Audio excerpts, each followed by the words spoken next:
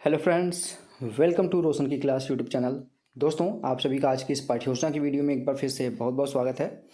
आज की इस वीडियो में मैं आप लोगों के लिए लेके आया हूँ नागरिक शास्त्र यानी कि सिविक्स की पाठ्योजना। और कक्षा की बात करें तो कक्षा 6, कक्षा 7, कक्षा 8 तीनों क्लासेस में पढ़ा सकते हैं, क्योंकि हमारा आज का प्रकरण है भारतीय सेना। भारतीय सेना के बारे में आप सभी को पता है कि क्लास 6, 7, 8 तीनों क्लासेस में आप आराम से पढ़ा सकते हैं, क्योंकि ऐसा कोई कंपलसरी चैप्टर ये नहीं है कि हाँ इसी क्लास में पढ़ाएंगे या फिर इसी क्लास में पढ़ाएंगे। तीनों क्लासेस में आप पढ़ा सकते हैं। और अगर आप लोगों को वीडियो देखने के बाद लाभ मिलता है इस वीडियो से, तो प्लीज़ इस वीडियो को लाइक ज़रूर कर दीजिएगा। और ऐसी वीडियो डेली बेसिस पे देखने के लिए रोशन की क्लास यूट्यूब चैनल को सब्सक्राइब कर लीजिए, साथ ही साथ बेल आइकन दबा के रखिए। अब देर नहीं करते हैं, चलिए स्टार्ट करते हैं आज की वीडियो। सबसे पहले पाठ्योजना संख्या लिखनी होती है, जिस वजह से आप पाठ्योजना बनाना स्टार्ट करते हैं। उसके बाद आपको विद्यालय का नाम लिखना है, जिस विद्यालय में आप पाठ्योजना पढ़ाने के लिए जाएंगे। छात्राध्यापक या फिर छात्राध्यापिका का नाम लिखना है। लड़के हैं तो छात्राध्यापक का नाम हो जाएगा, लड़की हैं तो छात्राध्यापिका का नाम हो जाएगा। नेक्स्ट, इस तरीके से बॉक्स बना के दिनांक लिखना है, यानी कि डेट डालनी है, जिससे ये पता चलता है कि इस डेट में अपनी कौन सी पाठ्योजना बनाई है। नागरिक शास्त्र विषय है, कक्षा 6 है, 7 भी है और 8 भी है। वर्ग अ है, आपका जो वर्ग होगा उसको लिखिएगा। कालांश तीसरा, इस बच्चे ने यहाँ पे 3rd पीरियड में जाके चैप्टर पढ़ाया था। आप जिस पीरियड में जाएंगे उसको लिखिएगा कालांश।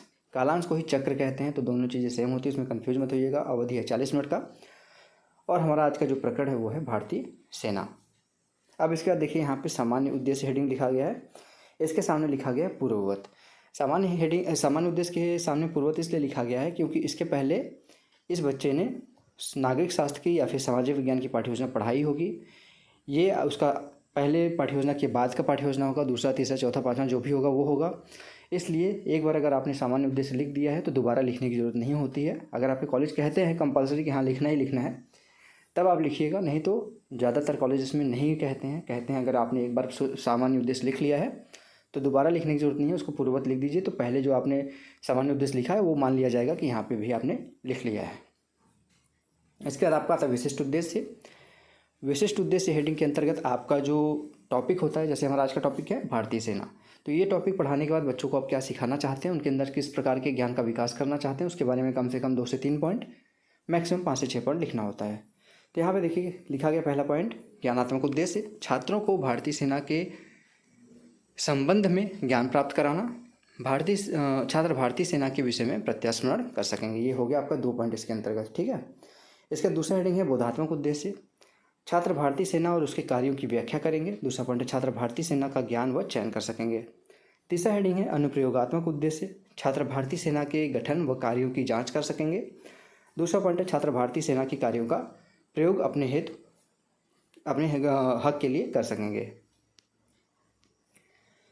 नेक्स्ट हेडिंग आपका आता है अब सहायक सामग्री। सहायक सामग्री के अंतर्गत जिन भी सामग्रियों की आप सहायता लेते हैं शिक्षण कार्य के दौरान, उन सभी सामग्रियों को यहाँ पे आप लिख सकते हैं। जैसे यहाँ पे देखिए लिखा गया चौक, टेस्टर, श्यामपट्ट, चार्ट, पॉइंटर इत्यादि।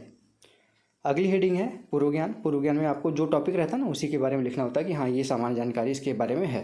तो यहाँ पे देखिए लिखा गया छात्र भारतीय सेना के बारे में सामान्य जानकारी रखते हैं। अब लेसन प्लान का सबसे इंपॉर्टेंट हेडिंग आता है, जिसको कहते हैं पाठ प्रस्तावना, प्रश्न या फिर प्रस्तावना, प्रश्न या फिर सिर्फ प्रस्तावना। इसको 2 कॉलम में डिवाइड किया गया है यहाँ पे, छात्राध्यापक या फिर छात्राध्यापिका कथन क्रिया, छात्रा कथन, ठीक है। तो यहाँ पे लड़के होंगे तो छात्राध्यापक कथन हो जाएगा, लड़की हैं तो छात्राध्यापिका कथन हो जाएगा। अब यहाँ पे बच्चों से प्रश्न पूछेंगे, बच्चे उसका उत्तर देंगे। उस उत्तर से आपको दूसरा प्रश्न बनाना है। इस तरीके से क्रमबद्धता होनी चाहिए, बच्चों के पूर्व ज्ञान पर आधारित प्रश्न होने चाहिए। कम से कम 3 प्रश्न पूछ के अपना प्रकरण निकलवा सकते हैं, ज़्यादा से ज़्यादा 5 से 6 प्रश्न पूछा जा सकता है अपना प्रकरण निकलवाने के लिए।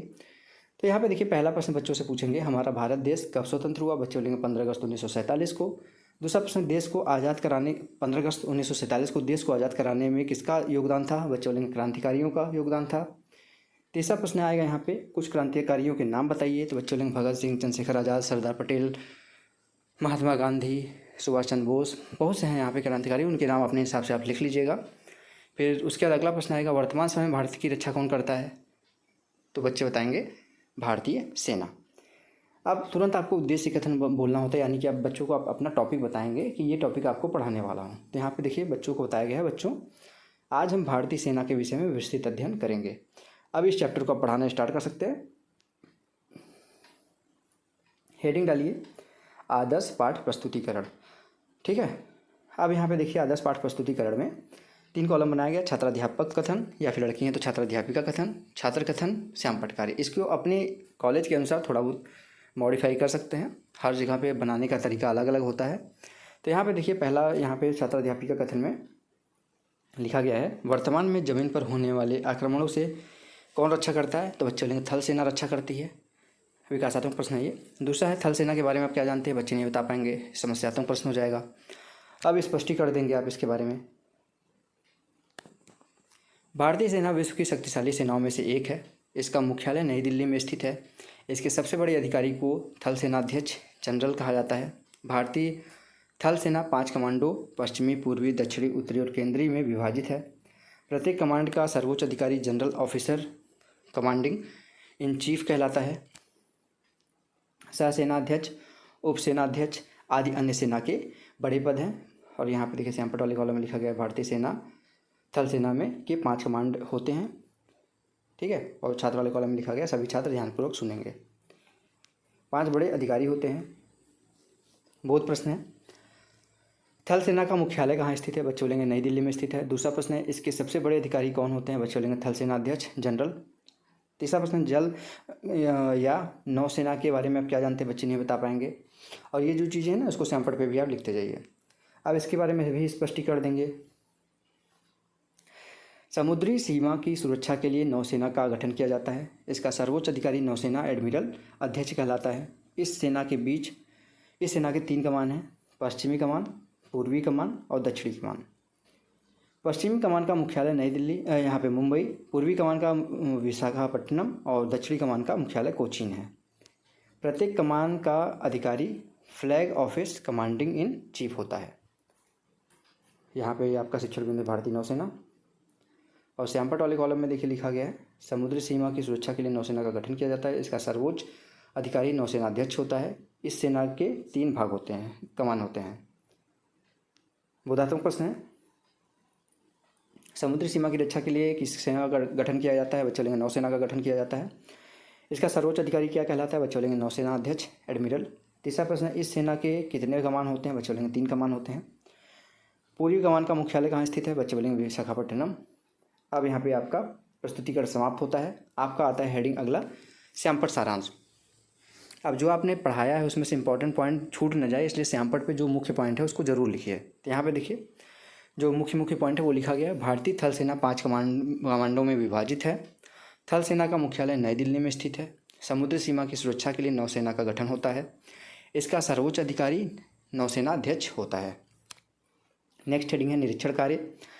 निरीक्षण कार्य में यहाँ पे देखिए लिखा गया, कक्षा में छात्राध्यापक या फिर छात्राध्यापिका द्वारा घूम घूम कर निरीक्षण किया जाएगा तथा छात्रों के सामूहिक तथा व्यक्तिगत समस्या का हल किया जाएगा, ठीक है। निरीक्षण कार्य भी हो गया। नेक्स्ट हेडिंग आपका मूल्यांकन प्रश्न आता है। मूल्यांकन प्रश्न में अब आप मूल्यांकन करेंगे कि बच्चों को कितना समझ में आया, आपके पढ़ाने के तरीके में क्या चेंजेस करने की ज़रूरत है, क्या सही है, इन सभी चीज़ों का मूल्यांकन आप मूल्यांकन प्रश्न के द्वारा करते हैं। तो यहाँ पे देखिए लिखा गया थल सेना का मुख्यालय कहाँ है? ये बच्चे इसका आंसर देंगे, आपको लिखना नहीं उसका आंसर। दूसरा प्रश्न, समुद्री सीमा की सुरक्षा के लिए किस सेना का गठन किया जाता है? तीसरा प्रश्न, जल सेना के कितने कमान हैं? मूल्यांकन प्रश्न भी हो गया यहाँ पे। अब लास्ट हेडिंग लेसन प्लान का आता है गृह कार्य, यानी कि होमवर्क।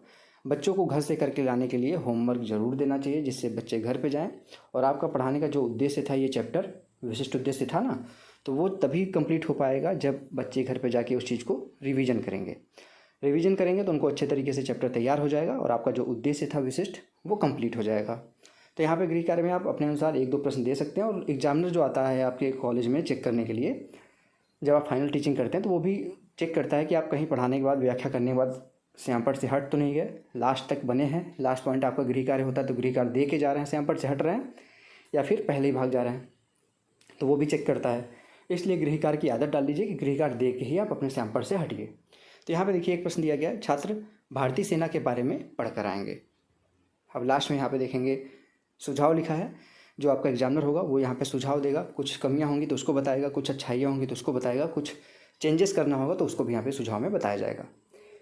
तो ये हो गया पूरा का पूरा आज का लेसन प्लान। आशा करता हूँ आप लोगों को लाभ जरूर मिला होगा इस वीडियो से। अगर वीडियो से लाभ मिला हो तो प्लीज़ इस वीडियो को लाइक ज़रूर करिएगा।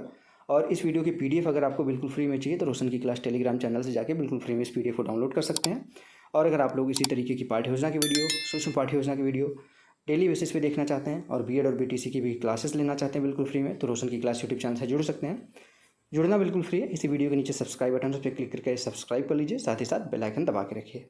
तो स्टूडेंट्स, मिलते हैं नेक्स्ट वीडियो में, तब तक के लिए आप सभी का बहुत बहुत धन्यवाद। जय हिंद, वंदे मातरम।